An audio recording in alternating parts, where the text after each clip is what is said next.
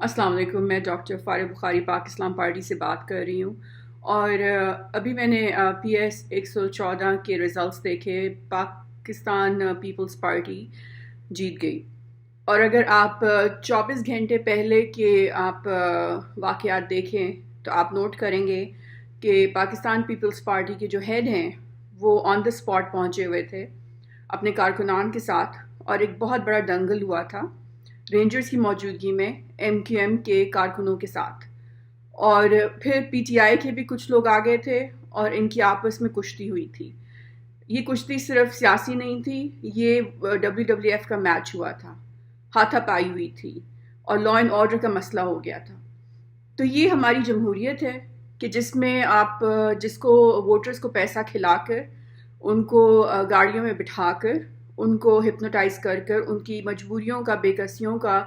فائدہ اٹھا کر آپ ان سے ووٹ لیتے ہیں، اور اگر آپ کو لگے کہ فیصلہ آپ کے حق میں نہیں ہو رہا تو آپ وہاں پر اتنی لا اینڈ آرڈر کی سچویشن کریٹ کر دیتے ہیں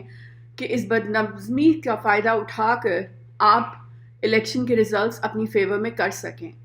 یہ ہماری جمہوریت ہے جس کو ہم بڑے فخر سے کہتے ہیں کہ ہم جمہوری ہیں، اور یہ ہم جمہوریت کے دعویٰ دار ہیں۔ پاکستان پیپلز پارٹی جو ہے پچھلے 30-40 سالوں سے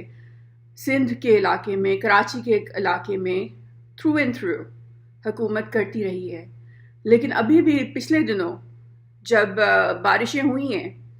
تو کراچی کے زیادہ تر ایریاز جو ہیں وہ فلڈ ہو گئے تھے، اور اس وقت بھی کچرا جو ہے سڑکوں پہ پڑا ہوا ہے،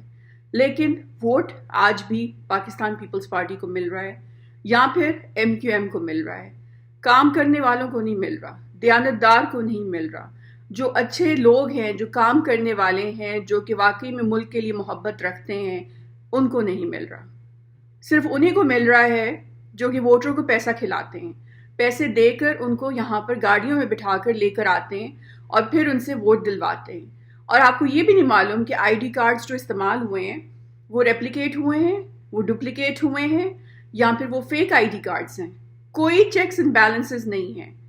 There is absolutely no checks and balances۔ آپ کا یہ جو پولنگ اسٹیشنز کی آپ نے حالت دیکھی ہے کہ وہاں پہ مجھے لگتا ہے کہ اسٹون ایج میں بھی اس سے بہتر سسٹم ڈیوائس ہو سکتا تھا، جو کہ آج ہم اتنی ٹیکنالوجی کی دور میں ہم یہاں پہ آرکیسٹریٹ کر رہے ہیں پاکستان میں۔ یہ انجینئرز کا ملک ہے، ڈاکٹرز کا ملک ہے،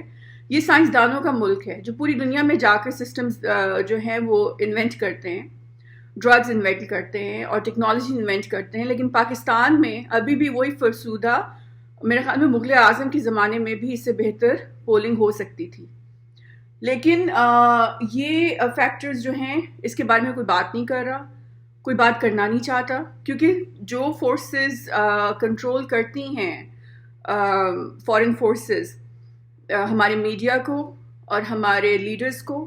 وہ نہیں چاہتے کہ پاکستان میں ایک دیانتدار، ایک honest, transparent and accountable system develop ہو، کیونکہ اگر وہ ڈیولپ ہو گیا تو پاکستان کا لیڈر جو نیکسٹ ہوگا وہ عوام کا نمائندہ ہوگا، اور یہ تو وہ چاہتے ہی نہیں ہیں، کیونکہ وہ چاہتے ہیں کہ جو بھی عوام کے نمائندے بنیں وہ ان کو ریپرزینٹ کریں، وہ پاکستان کے عوام کو ریپرزینٹ نہ کریں۔ اسی وجہ سے کہ آپ دیکھیں گے کہ الیکٹورل ریفارمز کے اوپر کوئی بات نہیں کر رہا۔ بائیو میٹرک کا شور اٹھتا ہے لیکن خود ہی خاموش ہو جاتا ہے۔ بائیو میٹرک سسٹم اچھا ہے، لیکن بائیو میٹرک سسٹم بھی ہیک ہو سکتا ہے، فورن ایجنسیز اس کو ہیک کر سکتی ہیں۔ It has been proven. US کے الیکشنز کے ہیکنگ کے اوپر آج کل بہت بڑی کیمپین چل رہی ہے،